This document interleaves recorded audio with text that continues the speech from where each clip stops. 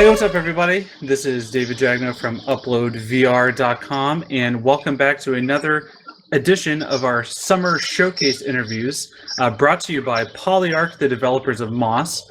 I'm joined by one of the developers from First Contact Entertainment, who has worked on ROM Extraction and then Firewall 0 Hour on PSVR, and now the upcoming competitive PvP shooter Solaris is coming soon to Quest and Rift. So why don't you go ahead and tell us a little bit about what Solaris is exactly? Yeah, definitely. Solaris, first and foremost, is an online multiplayer shooter. You team up with a team of 4 versus another team of 4, and you battle through arenas that we have set up with teleporters to traverse the arena. And your goal and objective is to maintain the control point. And the overall scheme of this game is that you're an athlete in the future. Our athletes are basically, this is the sport that is culminated in the future from all sports. This is what people are watching in the future and partaking in via sort of the inception of VR. They're wearing a headset, the athlete, and they're engaging with the team in a virtual simulated holofield. Oh, so this is kind of a Tron type situation in a way, or it's kind of like it's a meta experience, because I personally, David, am going to play a game where I am playing as a character who is playing as a virtual athlete in VR. Correct. Yeah. Okay. You are playing that virtual avatar athlon and playing through that. You don't like, so when you play the match and you die, you don't necessarily die in a traditional sense. You're actually just ejected. You're logged out of the system, and your character then has to reinitialize and re-entry into the arena. So that's how you respawn. You don't necessarily die per se, but I think you get my gist in terms of you're in this holofield, and so you are a simulated avatar athlete. But you are also doing, the point being is you're doing what the athlete is doing, meaning it's very physical in this meta of being in a headset. And so, when you're playing on Quest, we don't have a wire cabled up versus other Quest players. You can, with the link cable, play with Rift players, etc. We do crossplay. But I do want to point out that when you play on a Quest, you have no cables. So you do truly feel like you're that virtual athlete with nothing tied to you, but what you're controlling is your head, your hands. Just to verify, whenever you play on Quest, you say there's crossplay, but you need to play via link to play with Rift players?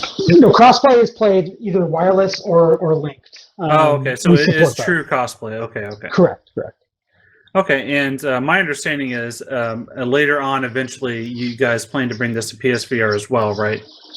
Correct. We do have a release date for Oculus. PSVR version will be seeing PlayStation VR this year, 2020. Awesome, we have a release exciting. Date. Yeah, for the Oculus. Why don't you go ahead and tell everyone the release date for Solaris on Rift and Quest? Everyone should be expecting to see Solaris on the Rift and Quest August 27th of 2020. We're really happy to announce that. People have been waiting, so there it is. Wow, that's just a little over 2 months away. That's not very long. No, it's short time span, but we're looking forward to it. We're excited. We're excited to finally put that date on there. Do you guys have a price decided yet? TBD on the price point. We'll be announcing more details on that coming soon, but first to get the release date out there, and then we'll be releasing that. So I did get a chance to play a very early build of this game. I think you remember I came to the studio and I saw it wasn't even a fully operational version. It was just you walking me around an arena, showing me around basically. So I guess can you tell me a little bit about kind of what it feels like to play this game as opposed to Firewall or other VR shooters? There's a few that are kind of sci-fi themed, kind of like Solaris, but what really sets this apart?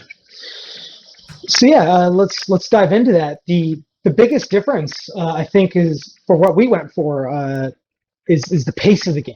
It's a much different pace than Firewall. It's obviously a different environment. We're much more into the future. The pace is fast paced, but also strategic. It isn't just willy nilly. You run out there into the open. It's trying to determine whether or not you want to get armor before engaging the enemy that's controlling the point. So first and foremost, it's pacing much faster. Respawns. So if you're taken out, all good. You're gonna be ejected. You're gonna be put into this OS sort of purgatory state, and then you're gonna be put back into the match. And that happens roughly within 5 seconds of being taken out. So respawns is a big difference. The pace is a big difference. So one thing that I do appreciate is that you guys have taken consideration into the in-universe lore explanation for how respawning works, because a lot of VR games, it'll just be like a normal non-VR game where you see a countdown timer, it says respawn in 5 seconds, you're just looking at a gray death screen or something like that. But you guys actually have it where it feels like you're spinning up an OS and you're going through like an initialization and the headset, and you can see the visor and the UI fading in. So I mean, it's a more immersive respawn experience, if that makes sense, right?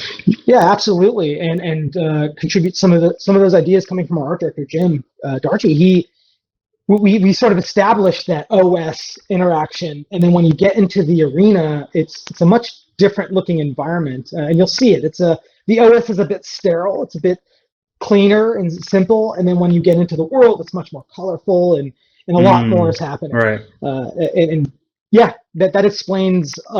That's being explained a lot when you do get ejected from the arena as you quote unquote die. Cool. Yeah. Around how many different weapons, how many arenas, all that kind of stuff. How much content is there going to be at launch? So at launch, we're looking to have 3 maps. We're really focusing. I do want to put an emphasis on making sure our base launch package feels really good. We do have plans on supporting content beyond launch, but yeah, we have a pistol that you start out with as a player. So the concept is I'm an Athlon. I join in with my team of 4. We all start on the same playing field, and that means I start with a pistol and an empty ability slot. It's up to me to run around the arena to discover weapon pads with the weapon I want to transition to, as well as kind of armor and Unreal health. Quake style. Okay. Yeah, that's going to be very familiar to players. And going back to the difference, Firewall is a pick up and play. I think we made a relatively, how do I say, an easy to pick up play game that's still pretty deep in strategy whilst working together with your team. With Yeah, Solaris, that game's been out almost 2 years, and there's still an active player base. Correct. Yeah. So I mean, we plan to do a similar course of action. We've learned a lot from that. And we want to refine how we move into the future. So with post-launch content, we have 4 weapons at launch, and so like I was saying, you start very much on the same playing field, and you use your wit and strategy of, do I go for the armor or the weapon before I go to the control point, or do I do both? But that means the enemy's at the control point much sooner than I am. So we have 4 weapons at launch, including the pistol, and we plan to add more later. And we have abilities in the map as well that utilities. You walk over a pad and you get a deployable cover. You can get a mine that you set down, and you could set and forget it and run off. So you can, for instance, set up defenses. The control point spawns in. I have a mine. I plant it where I think enemies are going to enter from. I get into the control point and I, cover my my corners. So we have 4 weapons at launch, multiple abilities and utilities. There's health and armor scattered around the map for the player to use against the enemy, of course. So when you get taken out, say trying to take back the control point, you're going to have to really figure out which path do I take to get back to the control point. And what you want to do is line up any pads on that roadmap too. So I want to be able to run through an armor and a weapon pickup before I engage the enemy. Gotcha. So that's sort of an example of part of the game loop. Cool. Well, I really appreciate you taking the time to chat with me here today about Solaris, and I think a lot of people are going to be excited to check that game out on Quest and on Rift whenever it releases very soon, in just a little over 2 months. What is that release date one more time? So it's August, but I did want to just mention one thing in regards to the asks that we've gotten in the past. Dedicated Sure. servers being a big part of that. Oh, Respawning. right. And, you know, and sort of a more TDM feel to a team play game mode, a team-centric game mode where you have to work together to win. But you still have a bit of that TDM play around it. But dedicated servers is something I wanted to mention. Awesome. That's exciting. And then PSVR later this year, right? Yes, absolutely. We do not want our PlayStation fans to feel left out. We are not forgetting about PlayStation. It's this year, and just stay tuned for more information. We can't wait to share more about it. Cool. Well, it was a pleasure talking with you, Shabs, and hope Always. you enjoyed past tense at this point watching the showcase and checking out all the other games we have included. And if you guys missed it, you can see the official gameplay reveal of Solaris, first ever gameplay footage, and you can check that out on the Upload VR YouTube channel. And yeah, so make sure you check that out, and thanks again. Yeah, thank you.